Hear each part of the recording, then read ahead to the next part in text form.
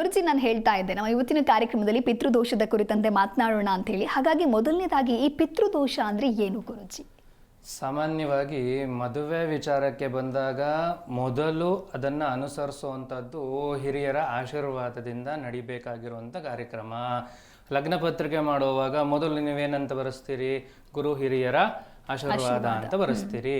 ಅದರಲ್ಲಿ ಗುರುಗಳ ಆಶೀರ್ವಾದ ನಿಮಗೆ ಸಿಗಬಹುದು, ಹಿರಿಯರ ಆಶೀರ್ವಾದ ಅನ್ನುವಂಥದ್ದೇ ಪಿತೃಗಳು ಅನ್ನುವಂಥ ವಿಷಯ. ಪಿತೃಗಳು ಅಂದರೆ ಏನು?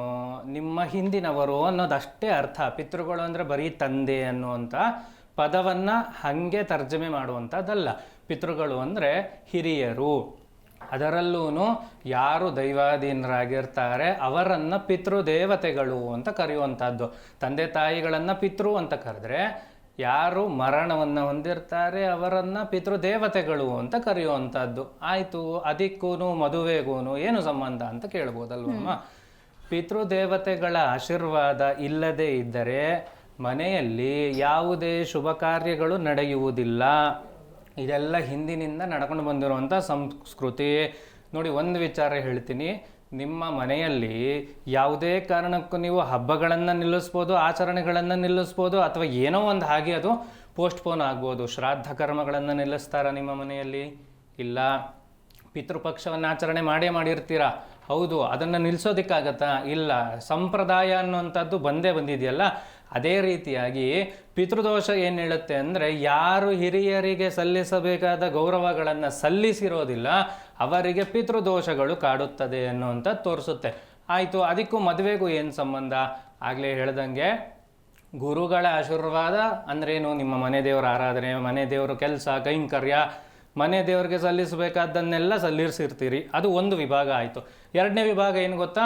ನಿಮ್ಮ ಹಿರಿಯರಿಗೆ ಯಾರು ಗೌರವವನ್ನು ಸಲ್ಲಿಸಿರೋದಿಲ್ಲ. ಗೌರವ ಅಂದ್ರೇನು? ಇವಾಗ ನೋಡ್ರಿ, ಬಂದ ತಕ್ಷಣ ದೊಡ್ಡವರು ಬಂದರೆ ಎದ್ದು ನಿಂತ್ಕೊಳ್ಳುವಂಥದ್ದು ಗೌರವ ಅಲ್ವಾ? ಹೌದು. ಅದೇ ರೀತಿ ಸತ್ತ ನಂತರದಲ್ಲಿ ಅವರಿಗೆ ಮಾಡಬೇಕಾದಂತಹ ನಿಮ್ಮ ಧರ್ಮಕ್ಕೆ ಮತ್ತು ನಿಮ್ಮ ಪಂಗಡಗಳಿಗೆ ಯಾವುದನ್ನು ಸೂಚಿಸಿರುತ್ತಾರೋ ಅದನ್ನೆಲ್ಲ ನೇಮ ನಿಷ್ಠೆಯಿಂದ ಮಾಡಲೇಬೇಕ್ರಿ.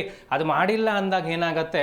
ಅದು ಆತ್ಮಗಳಿಗೆ ತೃಪ್ತಿ ಆಗೋದಿಲ್ಲ, ಮತ್ತು ಆ ಆತ್ಮಗಳ ಆಶೀರ್ವಾದ ನಿಮ್ಮ ಕುಟುಂಬಕ್ಕೆ ಇರೋದಿಲ್ಲ.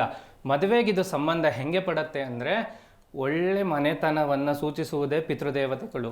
ಆ ಪಿತೃದೇವತೆಗಳಿಗೆ ಕಾರಕನಾಗಿರುವಂಥ ಸೂರ್ಯಗ್ರಹ ರಾಹುಕೇತುವಿನ ಬಂಧನದಲ್ಲಿದ್ದಾಗ ನಿಮ್ಮ ಜಾತಕದಲ್ಲೇ ಅದು ಇದ್ದರೆ ಖಂಡಿತವಾಗಿಯೂ ನಿಮಗೆ ಪಿತೃದೋಷ ಸೂಚಿಸುತ್ತದೆ. ಮತ್ತು ನೋಡಿ, ನೀವೆಲ್ಲರೂ ಎಷ್ಟು ಆಸೆ ಪಟ್ಟಿರ್ತೀರಿ, ನನ್ನ ಮಗಳು ಒಂದು ಒಳ್ಳೆ ಮನೆ ಸೇರಬೇಕು, ಅವರ ಜೀವನ ಮುಂದೆ ಚೆನ್ನಾಗಿರಬೇಕು ಅನ್ನುವಂಥದ್ದೆಲ್ಲ ಅಪ್ಪ ಅಮ್ಮ ಆಸೆ ಪಟ್ಟೇ ಪಡ್ತಾರಲ್ವಾ?